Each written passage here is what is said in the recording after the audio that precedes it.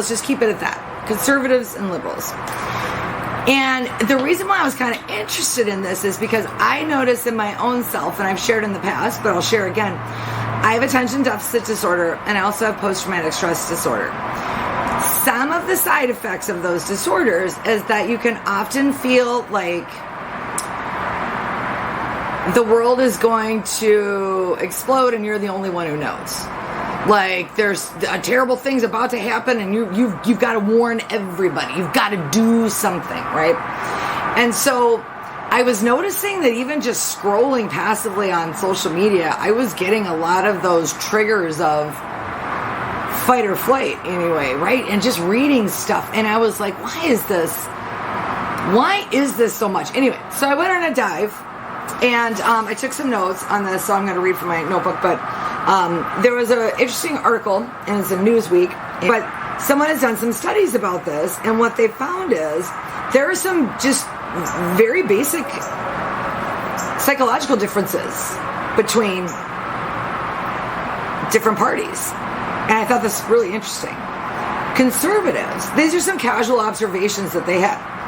Basically, conservatives prioritize differently than liberals. And we're using this very broadly. I don't want to get all nitpicky, but this is kind of the base of the article, right? So, for example, if you are conservative by nature, you are more likely to have cleaning supplies in your home. You're going to have more cleaning supplies and more of a variety of them. You are also more likely to have organizational tools and be very into order and orderliness, which makes sense because all you have to do is add the word law to order. And you can see that the real value behind that is they value structure and stability. And so from a more liberal perspective,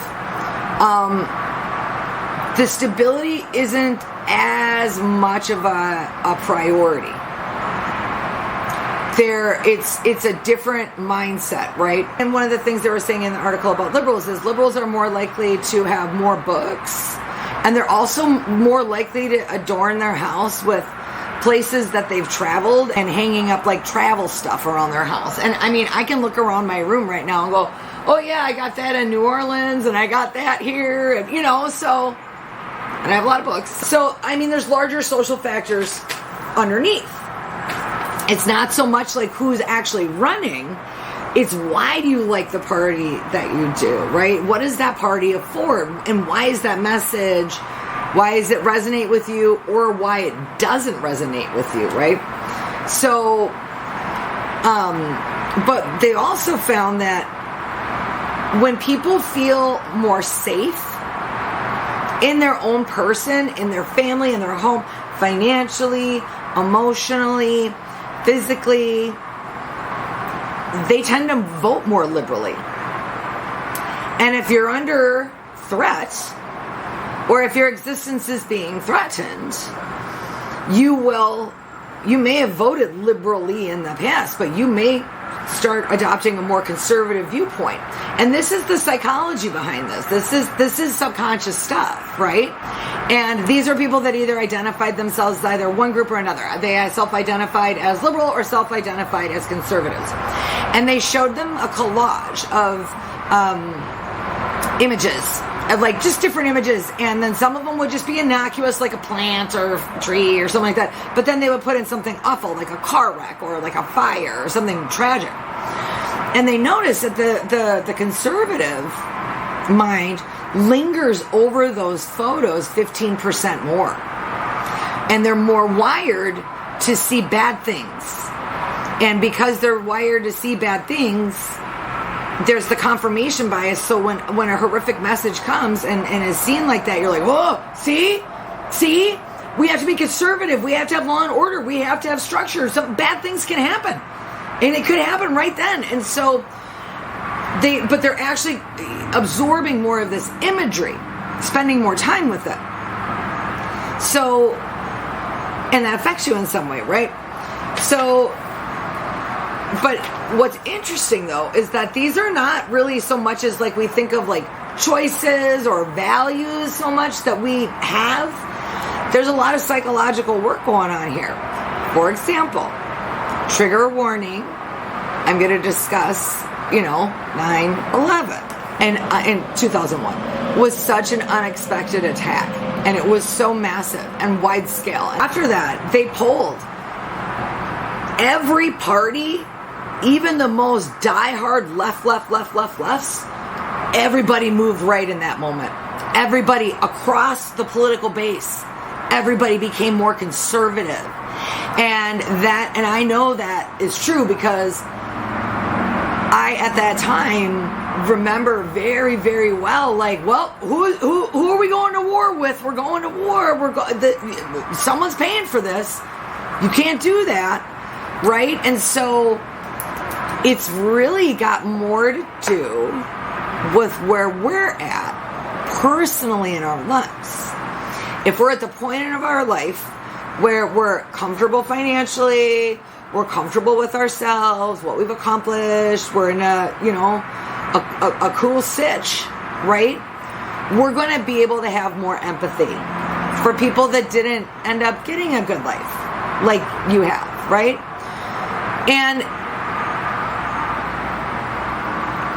if life has been rough the whole time and you've had to bootstrap your whole life, you don't necessarily feel it's okay for people that didn't have to bootstrap as hard as you to get what you got.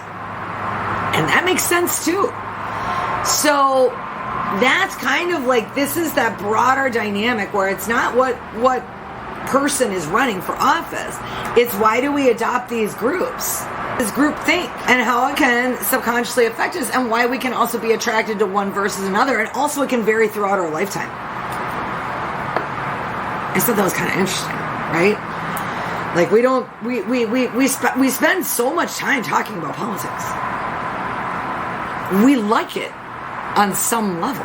So, but one thing that's really optimistic though that I took away from this article is that there is a really good area that we can all come together, conservatives and liberals, and if you think about it, it makes sense. And that seems to be the topic of global warming. So, and environmentalism. Because, as we know, conservatives are generally big advocates for, keeping free spaces, for animals, for, ranchers' rights, farming rights, all of that kind of stuff. They make their money a lot of times on how their climate is and how the environment is. But they found in this study, global warming, climate change has been kind of a dog whistle, right? Like either you believe that it's happening or you don't, right? What they found with the study was that they reframed this question specifically to that earlier group that was the self-identified conservative group. They said they didn't call it global warming.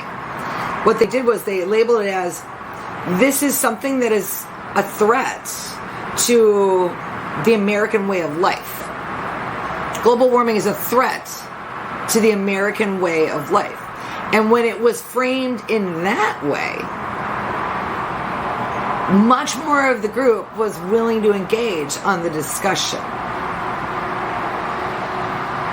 Because stability, as we talked about, is one of the cornerstones of why you, if you're a person who craves stability, then you are more likely to align heavily with the conservative movement. And so when you talk about conserving the way of American life as opposed to conserving the globe is overwhelming. It's hard for us to even imagine. Most of us in our lifetimes will never visit all 50 states. This country is so huge. So we can't even imagine global stuff.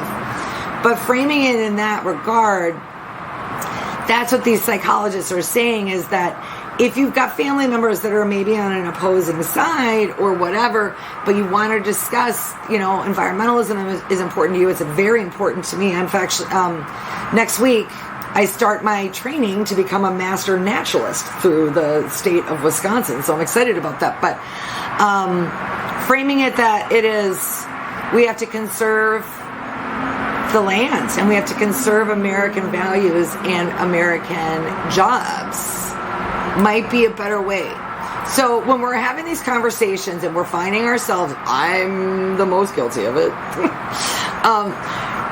But I have to make myself take a step back and go, okay. This post, is this post going to change anybody's mind? Is it just going to feel good in the short term? Just be like, and have just something kind of snotty, like, I don't know. It's not the feelings that this election will not last. We're under 90 days, but the hurt feelings in our family dynamics, they do. They're going to last. And whoever wins and whoever loses, we need to treat, the winning party needs to treat the party that doesn't win with dignity. Either way, it's not cool. No one likes a sore winner. So, and we're probably all a little bit more closely aligned than we think. But it's really hard to stay out of fear and in logic, because we have to respect one another. My family's deeply conservative. They're my family. I love them. Most of the time. Speaking of love you guys. So, have a great night. Stay centered.